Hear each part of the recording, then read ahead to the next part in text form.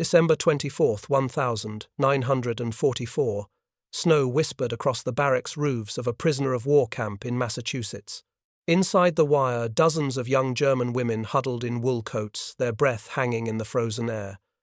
They had been told again and again that capture by the Americans meant humiliation, hunger, perhaps even cruelty. Nazi propaganda had painted the United States as a land of decadence where prisoners would be reduced to shadows of themselves. Yet on that night something impossible drifted through the cold, the scent of roasting turkey. It mingled with hints of coffee and cinnamon carried on the wind from the camp's mess hall. A soldier's low whistle of silent night cut through the silence, joined faintly by a chapel bell ringing somewhere beyond the wire. Anneliese Müller, 24 years old, clutched her thin diary in numb fingers. Her mind swirled with images of bombed-out Leipzig, of ration cards and empty pantries. Hunger had become part of her body. And yet, here, in the very place she expected to be broken, her senses were ambushed by warmth. A guard, tall and expressionless, pressed a steaming tin cup into her hands. Coffee. Real coffee, not the acorn substitute she had grown used to. The heat stung her palms. The bitter, sweet aroma rose up like an accusation. She lifted her eyes to meet his waiting for mockery or command. Instead, he simply nodded and moved on. She stood frozen, staring into the dark surface of the drink. Could kindness be more dangerous than chains? Was mercy itself the weapon they had never prepared for? The journey into captivity had begun months earlier, in the humid summer of 1944. After the collapse around Cherbourg, Anneliese Müller and dozens of other young auxiliaries had been herded into a makeshift pen outside the port. They had expected harsh voices, blows from rifle butts, perhaps worse. Instead, the American guards kept their distance, issuing short, crisp orders in English. The women, exhausted and dazed, were marched onto a transport truck that rattled toward the coast. Each bump sent fear rising in their throats. Where were they being taken? At Southampton, they were loaded onto a Liberty ship bound across the Atlantic. The voyage was suffocating. Packed into narrow quarters, the women slept in tiers of hammocks, rocked constantly by the ocean's pulse. The air reeked of diesel fuel, salt and fear. Each night the convoy steamed in blackout formation, zigzagging to evade U-boats. Whenever the alarm klaxon sounded, the women stiffened in terror, imagining a torpedo splitting the hull beneath them. They whispered prayers in the darkness, hands clutching rosaries or scraps of paper with family photographs. And yet, as days passed, small shocks chipped away at their expectations. The ship's crew did not curse them or starve them. Instead, the women received rations, beans, cornbread, even canned peaches on occasion. It was more food than some had seen in months back home. One evening, a sailor passing through their section left behind an unopened tin of coffee as if by accident. The women stared at it, suspicious. Was this a trick? Greta, older and sharp-tongued, muttered that Americans were only fattening them like cattle before slaughter. But when the coffee was brewed in a dented pot, its aroma flooded the room with memories of breakfasts before the war. For the first time in weeks, the women fell asleep with warmth in their stomachs. New York Harbor greeted them in early September 1944. As the Liberty ship slid past the Statue of Liberty, the women crowded the railings silent. The skyline blazed with neon, even in the pre-dawn haze. Anneliese could not stop staring. Her city back home was rubble. Here towers stood untouched, glowing defiantly against the night. She half expected jeers or spit from the dock workers. Instead, Americans barely glanced at them, more interested in unloading cargo or lighting cigarettes. The indifference unsettled her. To be ignored, treated as ordinary, was somehow stranger than hatred. Processing at the port was brisk. The women were separated from male prisoners, marched into a warehouse, and subjected to medical inspections. They braced for humiliation, but the doctors and nurses worked with mechanical efficiency. Injections were delivered, temperature taken, eyes checked. Each woman was handed a bar of soap, real soap that foamed, and a rough woolen sweater. The sweater scratched, but it was warm, and its clean scent made Anneliese ache with something she couldn't name. From New York, they travelled north by train. The rattling cars carried them through autumn forests blazing red and gold. The scenery outside looked like a painting untouched by war. The prisoners sat in silence, each lost in thought. Some murmured about what awaited them in the camp, hard labor, cruelty, starvation. Others dared to whisper that perhaps America was not as propaganda had said. Greta scoffed at such foolishness, warning them not to be deceived. When they arrived at Fort Devens in Massachusetts, the first surprise came quickly. The barracks smelled of fresh-cut timber and coal smoke. Wooden bunks stood in orderly rows, each topped with a folded blanket and sheets so white they seemed unreal. Sheets something unheard of for soldiers at the front, let alone prisoners. Annalise reached out to touch the fabric, half convinced it would vanish under her fingers. The guards were no nonsense but not cruel. They spoke politely, calling the women ladies. The word stung with irony. They were prisoners stripped of rank, of nationality, of power. And yet in that single word there was a trace of respect she had not expected. Then came the detail that shattered her resolve. One frosty morning, as Annalise queued for roll call, a guard pressed a tin cup of steaming coffee into her hands. The heat radiated through her numb fingers. She inhaled, expecting the bitter smell of chicory or acorn substitute. Instead, it was real, rich, dark, unmistakably coffee. She blinked back tears and turned away so no one would see. The drink burned her tongue, but it also burned through the layers of propaganda she had carried with her. That night, whispers circled, the barracks rumors of a Christmas dinner being planned. Some laughed bitterly, surely it was another trick. Greta declared it impossible. Americans would never waste such food on enemies. But from the kitchen came the faint hiss of onions frying, a scent that drifted into the barracks like a forbidden promise. Annalise closed her eyes.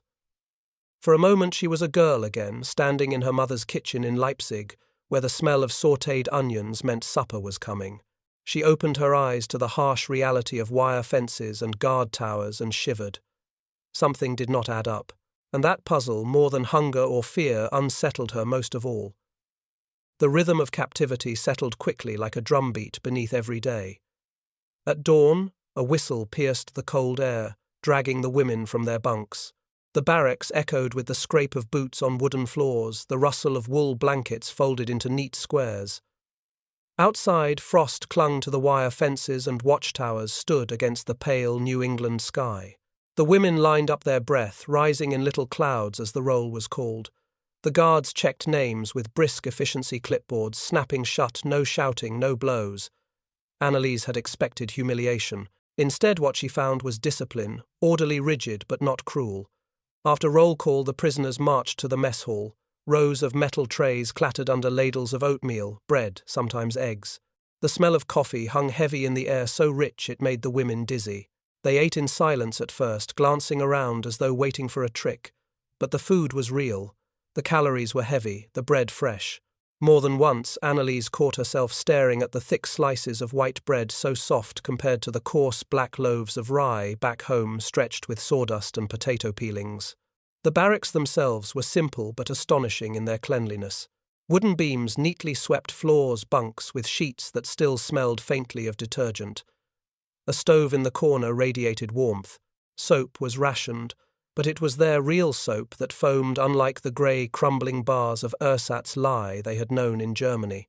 To bathe with hot water, to wash her hair until it shone again, Annalise almost felt guilty for enjoying it. Each day was structured. There were inspections of barracks, assignments for cleaning shifts in the laundry or the camp infirmary. A few of the women with medical training like Greta were invited to assist American nurses. At first, Greta resisted, suspicious of the offer, but the sight of shelves lined with gauze, morphine and penicillin eroded her resistance. She admitted quietly one night that she had never seen so much medicine in one place. Afternoons brought small diversions. The camp library was modest but astonishing to those who expected nothing. Shelves of books in English, some translated works, and even newspapers, stacked neatly on tables. The prisoners gathered in corners, whispering over dictionaries, learning words. Annalise filled the small notebook she had been given with English phrases: please, thank you, home, peace. She traced the letters carefully, as though every word was a key to a door she had never been allowed to open. There was also the camp newspaper typed on carbon paper and distributed weekly. It contained announcements, small articles, even poems written by prisoners. One edition carried a verse comparing the clang of trays in the mess hall to church bells at home. It was sentimental, even naive, but it spread quickly through the barracks. Women copied it by hand, clutching it as though it offered proof that their humanity had not been erased. Music, too, broke the silence. Some evenings, a guard with a harmonica would play a tune while walking the perimeter. At first, the women ignored it, but gradually shy voices joined in. Old German folk songs mingled with American melodies in the frosty night. One evening, Anneliese hummed along her voice, trembling until Greta shot her a sharp look. Greta still clung to suspicion, convinced all of this order, food, soap, even music, was a performance. "Sugar on chains," she whispered one night, pulling her blanket tight. "They want us soft, so we forget who we are." But doubt gnawed at even Greta's certainty. When a young prisoner caught influenza, she was treated at the infirmary. American nurses washed her sheets daily, measured her fever, spooned broth to her lips. She survived. Had she fallen ill at home in bombed-out Leipzig or Cologne, she might have died for lack of medicine. The contrast weighed heavily on Anneliese. Letters from home when they arrived told of hunger. Her mother wrote of potatoes boiled thin in watery soups of neighbours, bartering jewellery for bread of children swollen with malnutrition. And yet here in a camp behind barbed wire, Anneliese ate meat twice a week. She drank milk. She slept on a mattress that did not sag into the earth. She lived while her family starved. The guilt was corrosive. Every bite of bread seemed stolen from her brother, every spoonful of porridge a betrayal. And yet the human body is selfish, it demands nourishment. She ate, she grew stronger, and the shame deepened. The camp life was not without moments of cruelty. The fences were topped with barbed wire, the guard towers, manned machine guns visible. The freedom to choose when to leave did not exist. There were rules, inspections, punishments for disobedience. The women were reminded at every turn that they were prisoners. And yet, in the small spaces of daily life, mercy intruded. One morning, a soldier carrying a crate of supplies stumbled and dropped it. Anneliese bent instinctively to help, lifting a sack of flour back into place. The soldier hesitated, then smiled faintly and muttered, "Danke." The word, her language, coming from an American's mouth, shocked her more than a rifle butt would have. The barracks buzzed with rumours. Some swore they had seen crates labelled oranges. Others whispered of pies cooling on windowsills in the camp kitchen. Greta dismissed it all as fantasy. But Anneliese could not stop imagining. The faint smell of onions frying drifted on the air more often now. Each evening, as the guards passed out rations, she found herself straining for scents, for signs. Inside, a war raged between suspicion and the evidence of her senses. Could this order, this abundance, this strange civility be real, or was it a mask soon to be ripped away? She lay awake at night, staring at the ceiling beams, hearing the distant hum of harmonica, and wondered what if kindness was more dangerous than cruelty. And then came the whispers, carried through the barracks like contraband Christmas. The Americans were planning something for Christmas. A feast, they said. A turkey dinner with gifts.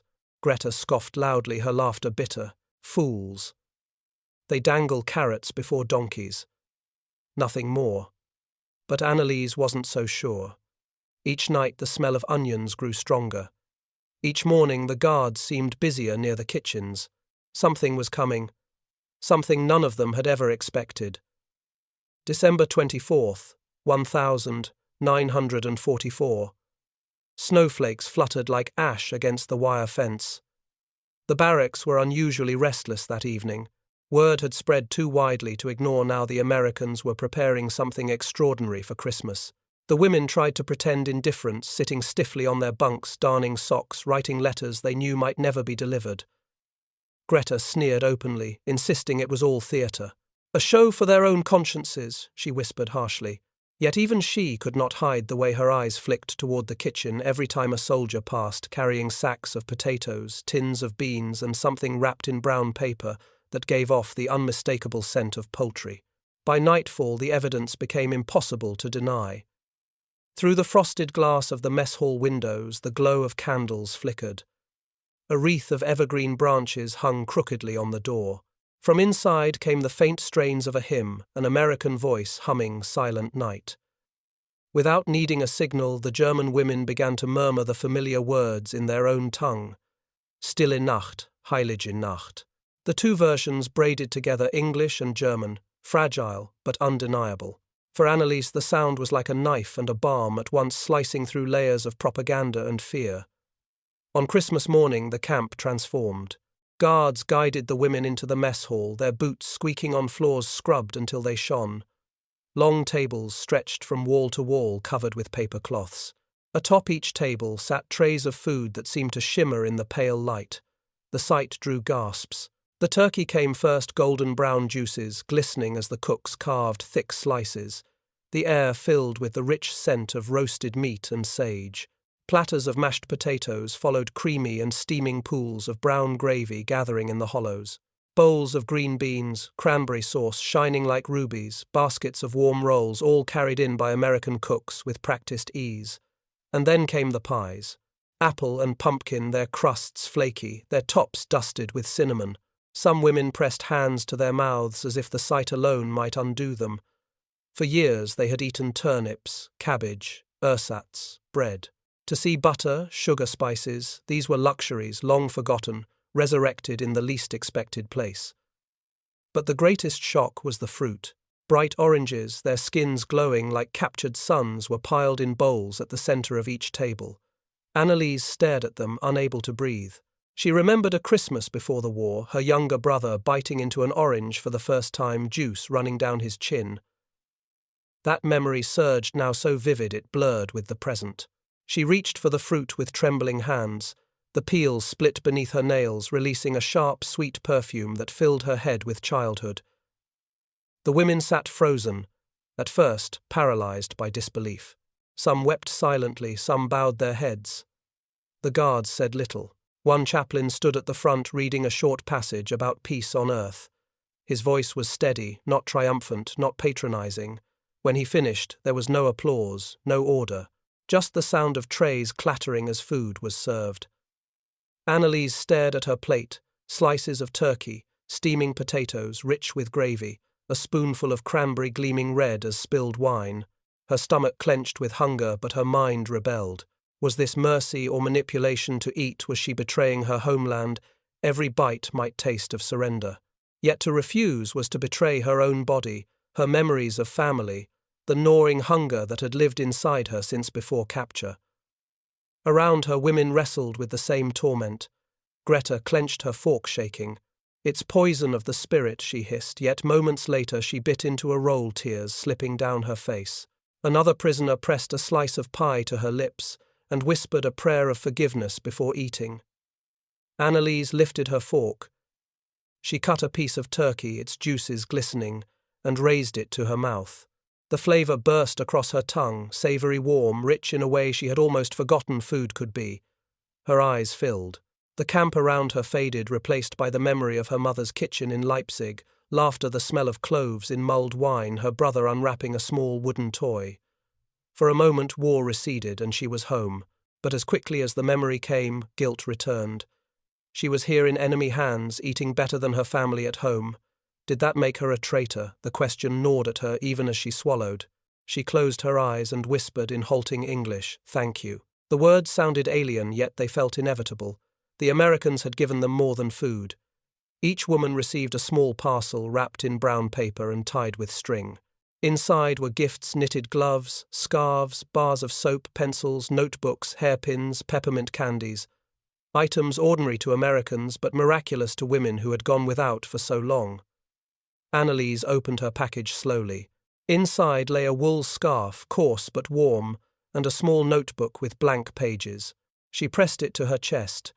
In a world where words had been used as weapons, blank paper felt like a promise. The barracks that night glowed with a strange energy. Some women laughed for the first time in months. Others sang carols, softly huddled in groups. Greta sat apart, scarf wrapped around her neck, eyes red but distant. Anneliese watched her, understanding the war inside her. Kindness, she realized, could wound more deeply than cruelty. A rifle butt only bruised the body. Mercy bruised the soul, shattering certainty, leaving questions that would never be answered. For Anneliese, the meal was more than nourishment. It was a revelation. Propaganda had painted America as brutal, decadent, merciless. Yet here she was, fed like family, treated as human, called sister in a foreign tongue. The turkey, the pie, the orange, they were not just food, they were symbols. Symbols that said the world was not what she had been taught, that perhaps mercy was stronger than hate. That night she could not sleep. She lay in her bunk scarf around her neck, the taste of turkey still on her lips, the scent of orange clinging to her fingers. She stared into the dark, and wondered if she would ever again believe in the truth she had once shouted with such certainty. And the terrifying answer was no. The days after Christmas carried a strange quiet, as if the feast had rearranged the air itself. The barracks no longer hummed with suspicion alone. Instead, an undercurrent of confusion ran beneath every whispered conversation. Annalise filled her new notebook obsessively. The brown paper package from the Americans had given her something she had not realized she needed: empty pages. She began by copying English words from signs around camp mess hall, infirmary guard post. Then she added words she heard: "Please, thank you, sister." Each stroke of her pencil felt like chiseling into stone, reshaping her understanding of the world. The propaganda she had grown up with, pamphlets, radio speeches, endless slogans, told her Americans were crude and soulless, their culture shallow, their treatment of prisoners barbaric. But the evidence before her eyes spoke differently. She had tasted their food, seen their order, felt the wool of their gifts against her skin. If those were lies, then the lies were strangely merciful ones. Greta resisted longer. She muttered about sugar on chains, insisted the feast had been staged, a trick to soften them. But even she could not hide the notebook she now carried, filled with halting English sentences. At night she repeated the new words aloud, her voice sharp but uncertain, as though she hoped anger might armor her against meaning. The Americans fed this transformation subtly. In January, the camp began offering English lessons in the recreation hall. A young soldier stood at a chalkboard writing simple sentences. "My name is John. I am hungry. Where is home?" The prisoners copied the words, diligently giggling when their accents twisted the sounds. Annalise surprised herself by laughing too, the sound startling in her own ears. Books appeared in the library, Dickens' Twain translations of Shakespeare. Newspapers arrived regularly, their pages filled with war updates, stories of farms and factories, photographs of women in coveralls riveting planes. To the German women, the images were unsettling. They had been told America was decadent, weak, collapsing under luxury. Yet here were pictures of production lines roaring with energy, of smiling workers building more than they could imagine. The infirmary became another theatre of collapse.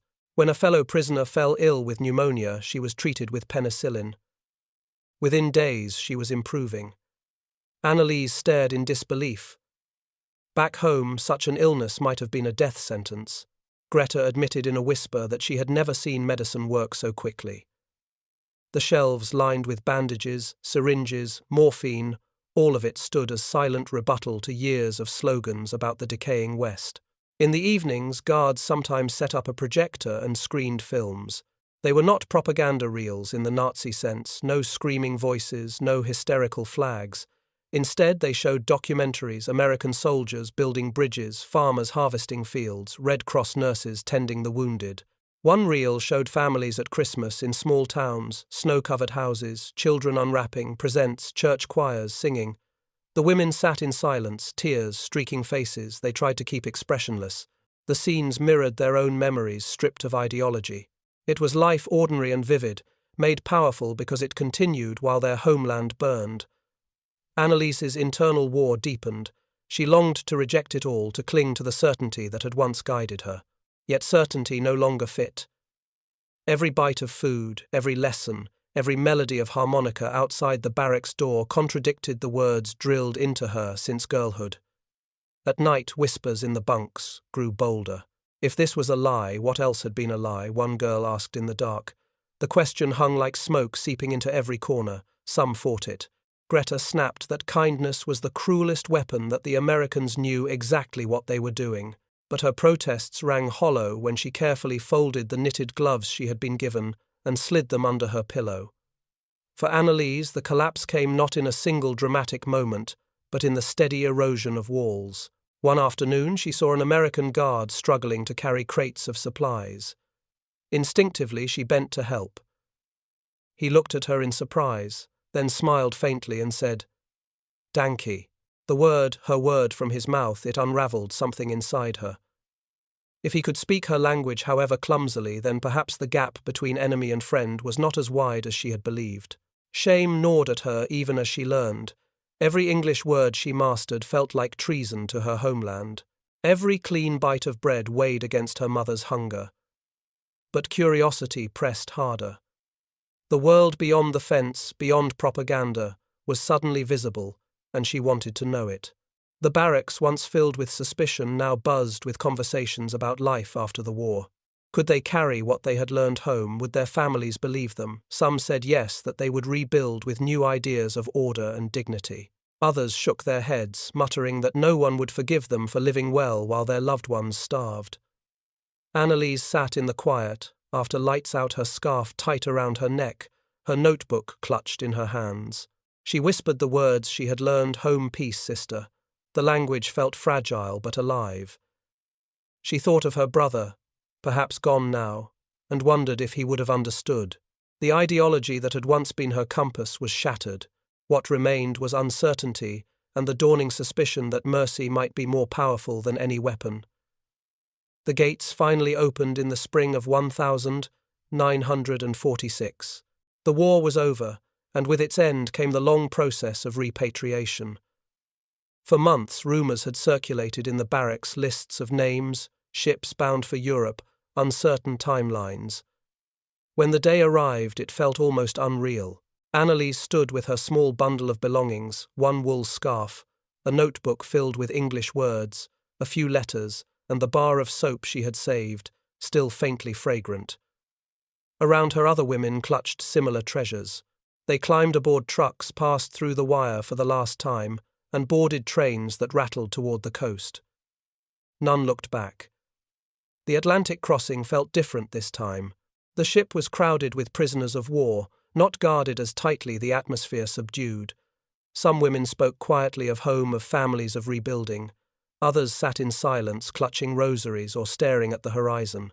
Anneliese filled pages of her notebook with sketches of the sea, writing halting English phrases beneath them: freedom, return, hope. Yet in her stomach churned a knot of dread. When the ship docked in Europe, reality hit with a force stronger than any storm. The port was a ruin of twisted steel and rubble. Rail lines lay broken, warehouses collapsed. Soldiers with hollow eyes and civilians in rags moved through the wreckage. The contrast was brutal. Only months before she had been eating turkey and pie. Now she stepped into a landscape of hunger and ash. Trains took them deeper into Germany, if the term Germany still applied. Cities were skeletal, reduced to blackened shells. Whole districts had vanished under firestorms. In Leipzig, where Anneliese had once walked cobbled streets to the market with her mother, only fragments of stone and charred timbers remained. Her family's home was gone. She learned that her younger brother had died in the bombing of Dresden. Her mother, gaunt and coughing, lived with relatives in a basement, surviving on meagre rations of potatoes and turnips. When Anneliese appeared at the door, scarf around her shoulders, she was met first with tears, then suspicion. "How did you survive?" her mother whispered. "How do you look so strong?" The questions cut deeper than accusations. Neighbours, hearing that Anneliese had been in an American camp, glanced at her with narrowed eyes. Some muttered that she had been softened by the enemy, that she had lived in comfort while they starved. Children pointed at her scarf and whispered about gifts from the Americans. To many, captivity had been imagined as misery.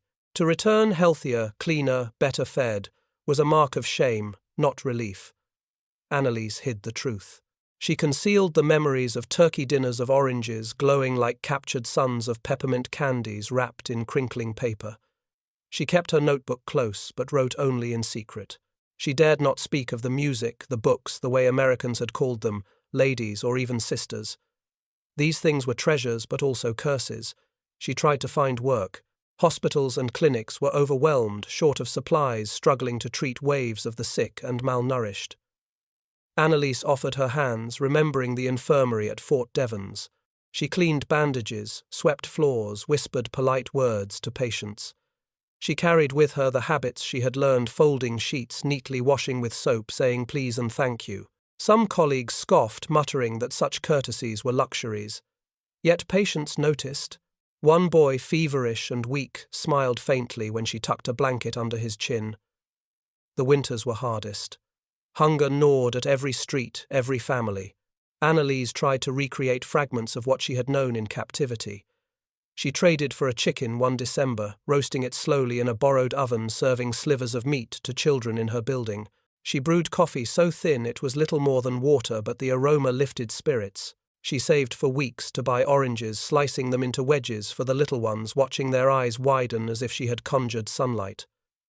In those moments, she carried the memory of Christmas 1944 like a secret fire. The turkey, the gifts, the hymn sung in 2 languages, they had saved something inside her, a reminder that humanity could survive even in war. Yet speaking of, it was impossible.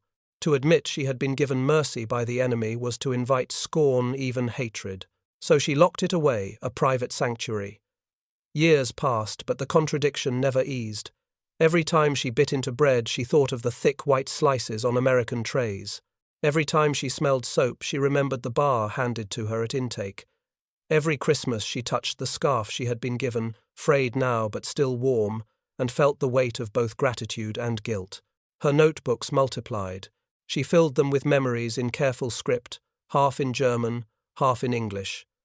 She wrote of the barracks of harmonicas at dusk of oranges, split open in trembling hands. She wrote of shame and suspicion of the terrible gift of kindness. And always she returned to the same refrain. If mercy could live behind barbed wire, why had it died in the streets of her homeland? For the rest of her life, Annalise carried the paradox. She was both victim and witness, both ashamed and grateful. In the rubble of post-war Germany, where bitterness was easy and hatred common, she held inside her a memory that refused to die. The night mercy came in the form of turkey and gifts, when enemies treated her not as a prisoner but as a sister. It was both her salvation and her burden. The memory never left her. Long after the camp had vanished into history, after the ruins of her city had been rebuilt with concrete and glass, Annalise carried the taste of that Christmas like a hidden ember. It was never just about the turkey or the pie or the orange glowing in her hand. It was about what those things meant mercy extended when she expected nothing but scorn. Food had become the language of compassion, a weapon sharper than any blade because it disarmed the soul. She had braced for chains and blows, yet what undid her certainty was a meal offered freely, a scarf wrapped in brown paper, a hymn sung in 2 languages. Propaganda could teach her to fear, to hate, to expect brutality, but it had never prepared her for kindness. The irony haunted her. Behind barbed wire she had tasted dignity. In captivity she had been nourished more than in freedom. She often wondered if mercy extended sooner might have changed the course of nations. If humanity could survive even in the heart of war, what else might have been possible all along? For Annalise, Christmas 1944 was not a holiday. It was a revelation that even in the darkest of times mercy could burn like a candle against the night, and that candle once lit could never be forgotten.